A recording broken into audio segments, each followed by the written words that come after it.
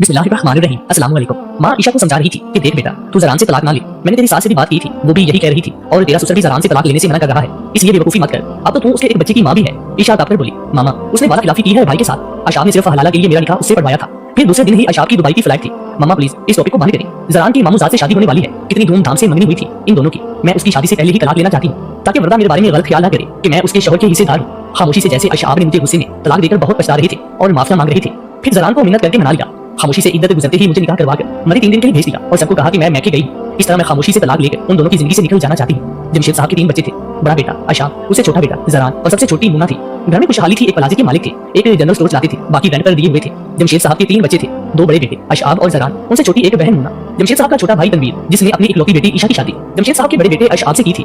अशाब ने बीए किया हुआ था और बाप के साथ रोड पर बैठा था। ज़रान उससे छोटा था, उसे पढ़ने का शौक था और वो इंजीनियर बनकर मल्टीनेशनल कंपनी में जॉब करता था। ज़रान मुन्ना और ईशा में खूब बनती थी। मुन्ना और ईशा नान भाभी के अलावा एज फेलो और दोस्त भी थी, बचपन से तीनों की दोस्ती थी, जबकि अशरफ अपने अलग थलग ही रहता था। वैसे भी वो इनसे 4 साल बड़ा था। ईशा और अशरफ की निस्बत बचपन से तय थी। जब वो दोनों जवान हुए तो ईशा अशरफ से शर्माने लगी।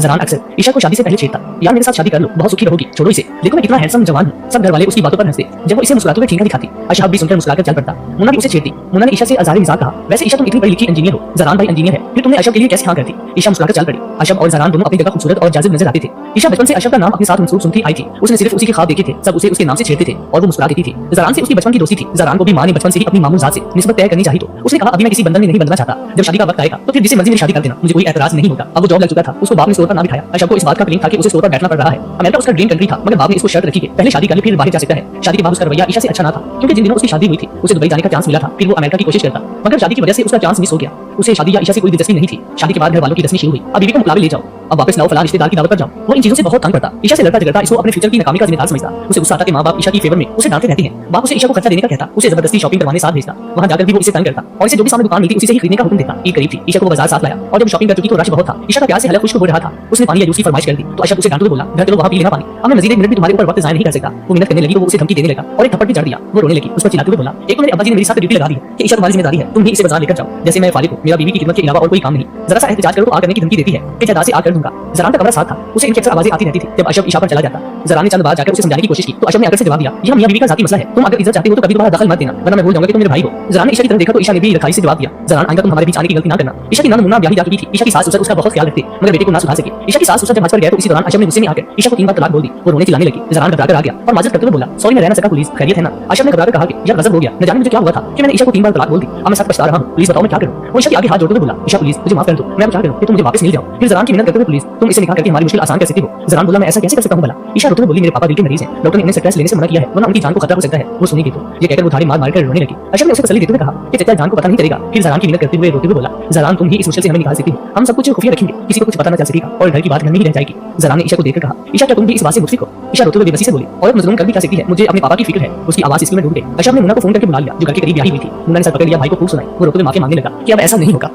मुन्ना ने ज़रान को मना लिया और ईशा भी मजबूरन मान गई। मुन्ना ने कहा कि भाई तुम अब कमरे में नहीं सो सकते, तुम ज़रान के रूम में शिफ्ट हो जाओ, हाँ दूसरों के सामने पर्दा रख लेना और एहतियात करना। ईशा ने रोते हुए मां को सब बता दिया। इत्तेफाक से बाप ने भी सुन लिया और बीवी से बोला, बेटी को ना पता चले कि मुझे पता है और इधर खत्म होते ही निकाह करवा देना और बेटी को तसल्लियां देती रहना। ईशा ने इधर के दिन मुन्ना के सहारे रोते रोते गुजारे। मुन्ना और ईशा की मां की तसल्लियों से काफी बहल गए। सास ससुर का प्यार सऊदीया में लंबा हो गया। ज़रान के मामू उधर जॉब करते थे, उन्होंने वीजे की मुद्दत बढ़ा दी और आने ना दिया और अपनी बेटी का रिश्ता ज़रान से तय कर दिया। मां ने ज़रान को अक्सर गाहे बगाहे कहना शुरू कर दिया था कि तुम्हारा बाप अपनी भतीजी ब्याह कर लाया है और मैं अपनी भतीजी लाऊंगी। ज़रान ने मां को हाँ बोल दी थी। अब वो शशुकान में पड़ चुका था। मां ने उधर ही रिश्ता तय करके सारे खानदान में नशर कर दिया था। ज़रान की मामी आकर ज़रान को सलामी दे गई थी और पूरे खानदान ने मिठाई तकसीम कर दी थी। सास ससुर उधर ही थे कि इधर खत्म हो गए और अशरफ ने ज़रान को जोर देकर मुन्ना और ईशा की मां और अशरफ के 2 दोस्त गवाह बने और कोर्ट मैरिज कर दी गई। अशरफ ने दोनों को मरी भिजवा दिया। ज़रान ने ईशा को बहुत प्यार से समझाया कि इस वक्त पिछली बातों को भूल जाओ और ये वक्त हंस बोलकर मेरे साथ गुजारो, हमने कोई गुनाह नहीं किया, निकाह जैसे मुकद्दस रिश्ते में बंधे हैं।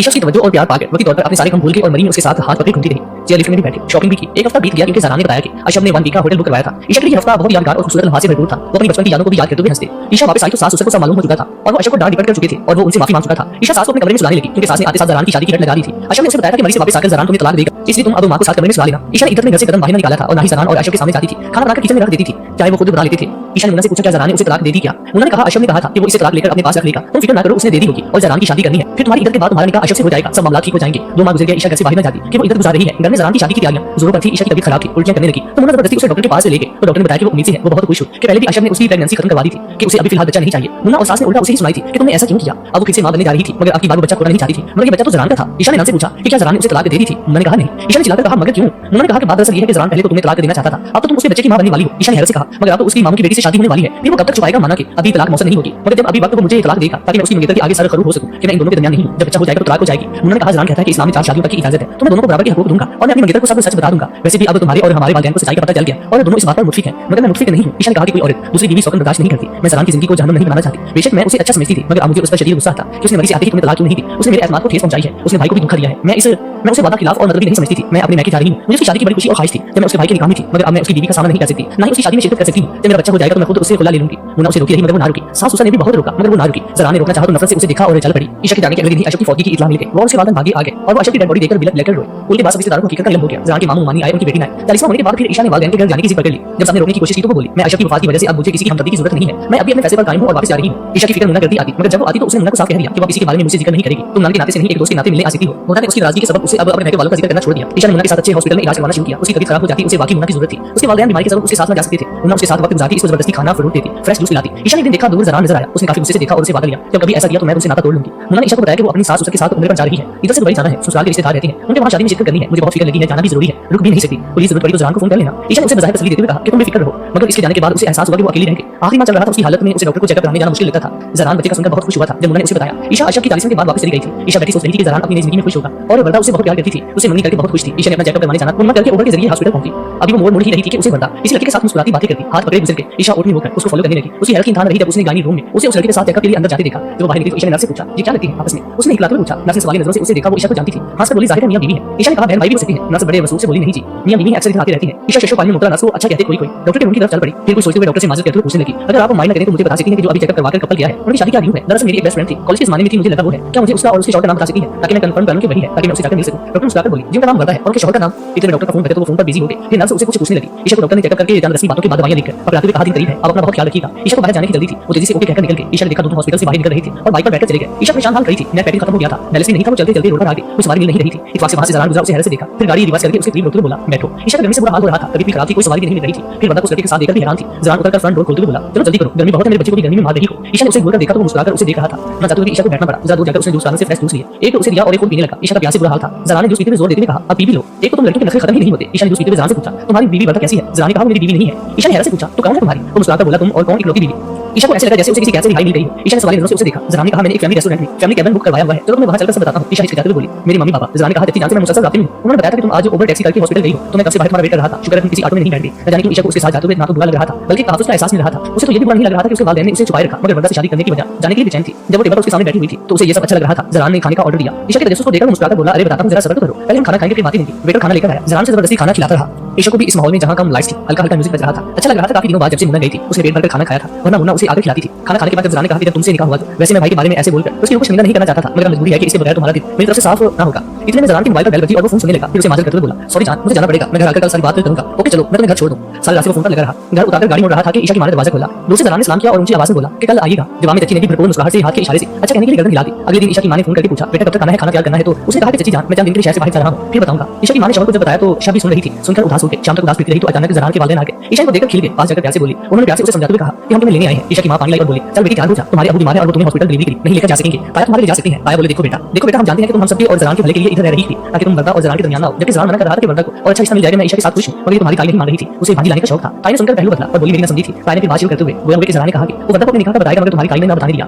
शादी से 2 दिन पहले ज़रान ने वर्दा को सब मैसेज कर दिया। उसने ज़रान को फोन पर बहुत बुरा भला कहा कि वो तुम्हारे लड़के से शादी करेगी, शादीशुदा से वो सोच भी नहीं सकती। उसने सारे खानदान को अकेला करके सब कुछ बता दिया। अब वो शादी चाहती, कोई खानदानी शादी पर तैयार न था। फिर उनके किराएदार थे, उन्होंने ऑफर की और शादी हो गई। अब तो वो किराया भी नहीं देते। वर्दा उसी में खुश है कि वो तुम्हारे से शादी हो गई। ज़रान ने तुम्हें जाने दिया कि उसे अपनी मर्जी करने दे, जब डिलीवरी करीब आएगी तो तब सच बताना। हमें बताने से मना किया और फोन करने से भी। उन्होंने सब पूछ लेते, ये तुम्हारे वालिदैन से पूछ लेते थे। अब तुम्हें मजीद इधर हम नहीं छोड़ सकते हैं। ईशा ने कहा मेरे बाबा बीमार हैं तुम्हें। ताया बोले तो क्या मैं अपने बीमार भाई को इधर छोड़ जाऊंगा, ये लोग भी साथ चलेंगे। इनका कमरा उधर सेट कर दिया है तुम्हारे कमरे के साथ वाला जो पहले ज़रान का था। ईशा के बाप ने कहा कि पहले ही सारी जिंदगी हमारी कफालत की है, मैं तो जवानी में ही बीमार हो गया था, मुश्किल करती की और पेंशन तक पहुंचा, घर भी ना बना सका। मेरी बेटी को आपने तालीम दिलाई, क्या कुछ नहीं किया आपने, शादी अपने खर्चे पर की, मैं आपके किस एहसान का बताऊं। फिर रोने लगा, बीवी भी रोने लगी। ईशा सर झुकाए आंसू बहाती रही। ताई ने ईशा से माफी मांगते हुए कहा कि बेटी माफ कर दे, मैं भतीजी का लालच कर बैठी थी कि ये अपनी भतीजी लाई है तो मैं अपनी लाऊंगी। तुम्हारे ताया शुरू से ही कहते थे कि अशरफ इसके काबिल नहीं है, ज़रान के साथ इसकी जोड़ी सजेगी। दोनों पढ़े लिखे हैं, अगर तुमने भतीजी लानी है तो अशरफ के लिए लाओ जो बीए फेल है मगर अपने आप को ग्रेजुएट बताती है। मगर मैं इनको ताने देती कि आप अपनी भतीजी का भला सोच रही है, मेरी का नहीं। अगर ऐसा किया तो मैं कुछ खाकर मर जाऊंगी। अब ये और बच्चे मजबूर हो गए और तुम्हारे वालिदैन भी मान गए कि मजबूर थे। इस लालच और खुदगर्जी की बहुत बड़ी सजा मिली। तुम लोगों की मजबूरी से फायदा उठाया और बेटे को खो दिया। फिर वो हिचकियों से रोने लगी। ईशा की माँ और ईशा करीब आकर उसे तसल्लियां देने लगी। ईशा ने कहा जबकि जान ये सब मेरी किस्मत थी। वो रोते हुए बोली बेटा हर किसी को उसकी नियत का फल मिलता है। मुझे लालच था कि मेरे निकम्मे बेटे को एक सूझी लड़की मिल जाएगी और वो सुधर जाएगा। ईशा की माँ ने आजी से कहा कि आप लोगों ने हमारी हर जरूरत को पूरा किया है। ज़रा ने जब से वही संभाला था तब से चचा की दवाइयां उनको हॉस्पिटल लेकर जाना इस काम में उसने कभी कोताही नहीं की। आपका ये बड़ा पान है कि आप उसे ये सब करने देती थी वरना कौन करने देता है। ताई ने कहा पहले मैं उनसे लड़ती थी मगर ये बाज ना आती थी। ईशा मुझे बचपन से ही समझदार और सूझी हुई लगती थी तो अशरफ तो बचपन से ही काहिल और कामचोर था। मैंने सोचा कि इसे अपने अशरफ के लिए बचपन से ही मांग लेती हूं। बच्चे को सुधारने की इस लालच में मैंने इसका रिश्ता बचपन में ही तय करवा दिया और आप लोगों की कफालत करने से ना रुका। मगर खुदा की लाठी की आवाज है उसकी मुझे बहुत बड़ी सजा मिली। वो सर पर रोने लगी सब रो रही थी। अशरफ को याद कर रही थी। ताई ईशा से बोली बेटी मुझे पता था तुम और तुम्हारे वालिद सब अशरफ की आदतों को जानते हैं कभी इनकार नहीं करोगे इसलिए मैंने आप सबके सामने जानबूझकर ज़रान और वर्दा के रिश्ते की बात करती थी। ज़रान ने मुझे काफी बार एहसास दिलाने की कोशिश की कि ईशा की जिंदगी तबाह न करें उसे शादी एक तरक्की की राह में रुकावट लगती है। वो आजादी से पूरी दुनिया घूमना चाहता है मगर बाप ने शर्त रखी पहले शादी होगी। ईशा ने कहा ताई छोड़े पुरानी बातें आपने रो रोकर अपनी तबीयत खराब कर लेनी है। बस कर दे रोना जिसमें मेरी किस्मत में था।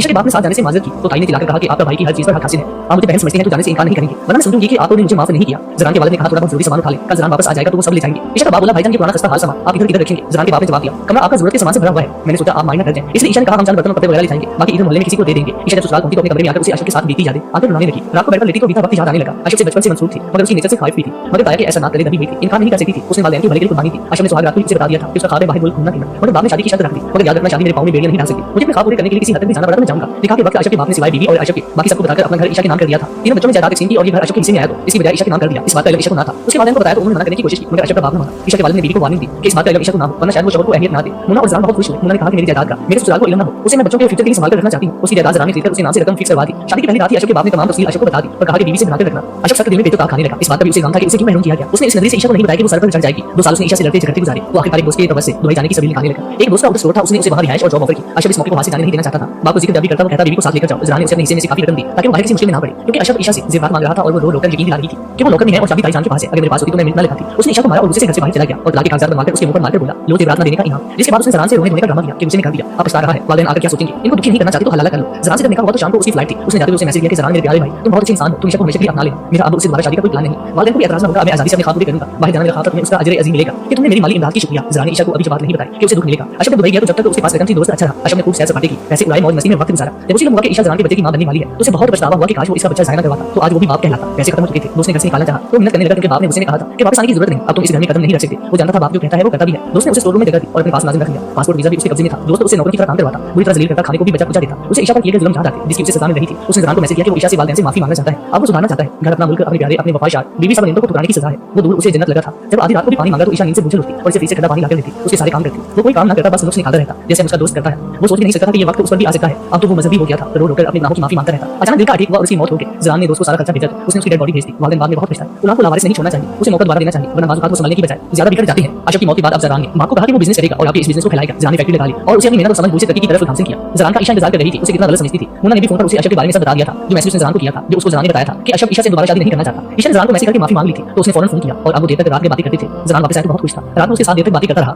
ज़रान ने उसे बताया कि वो बचपन से ही उसे अशरफ की चीज समझता था। बड़े होने पर वो उसे भाई की अमानत तस्वर करता था उसे बहुत प्यार करता था मगर वो पाकीज़ा प्यार था जिसमें कोई गलत शामिल ना थी। जब भाई ने शादी की उसे उसकी फिक्र रहने लगी। फिर भाई से भी मोहब्बत थी मगर वो बड़ा था। जब भाई ने तलाक के बाद उसे ऑफर की तो वो शेषो पानी भर गया था। फिर उसने दिल में पक्का इरादा कर लिया था कि उसे तलाक देकर दोबारा भाई से शादी कराने की हिम्मत नहीं करेगा। उसे कभी नहीं छोड़ेगा चाहे भाई कितना ही यकीन दिलाए। उसे उस पर भरोसा न रहा था। फिर दोनों खानदान का भी यही इरादा था कि अशरफ को अब ईशा की जिंदगी बर्बाद नहीं करने देंगे। ईशा की तारीफ करते हुए ज़रान ने कहा कि मैं हैरान होता था कि तुम किस पत्थर की बनी हो जो इतना सह कर भी कोई शिकवा नहीं करती। ईशा ने एक खूबसूरत बच्चे को जन्म दिया तो ज़रान ने कहा मैं अपने आप को बहुत खुश नसीब समझता हूं। अल्लाह ताला ने वालिदैन बहन भाई और औलाद जैसी हर नेमत से नवाजा। हर रिश्ता दिया जो इन रिश्तों की कदर नहीं करते इनसे वो नेमत दूर हो जाती है तभी तो हमेशा के लिए छीन जाती है। वरना ज़रान का रिश्ता ठुकरा कर पछता रही थी। वो इसके बच्चे की मुबारकबाद देने आई और इकरार कर दिया कि अगर मर्द या औरत पहले से शादीशुदा भी हो और लड़की या लड़का कुंवारा हो तब भी वो खुश रह सकते हैं। जरूरी नहीं कि कुंवारा ही खुश रखे। मुन्ना को जब अपने शौहर पर मुकम्मल भरोसा हो गया वो ये रकम ज़ाया नहीं करेगा तो उसने अपने हिस्से के बारे में सच बता दिया। ज़रान और ईशा आज बेटे की पहली सालगिरह मना रहे थे। दोनों बहुत प्यारे लग रहे थे। मुन्ना ने मोहब्बत पांच नजरों से देखते हुए दुआ की अल्लाह ताला इनकी जोड़ी सलामत रखे। बीके ख्वाबों को पलकों से गिने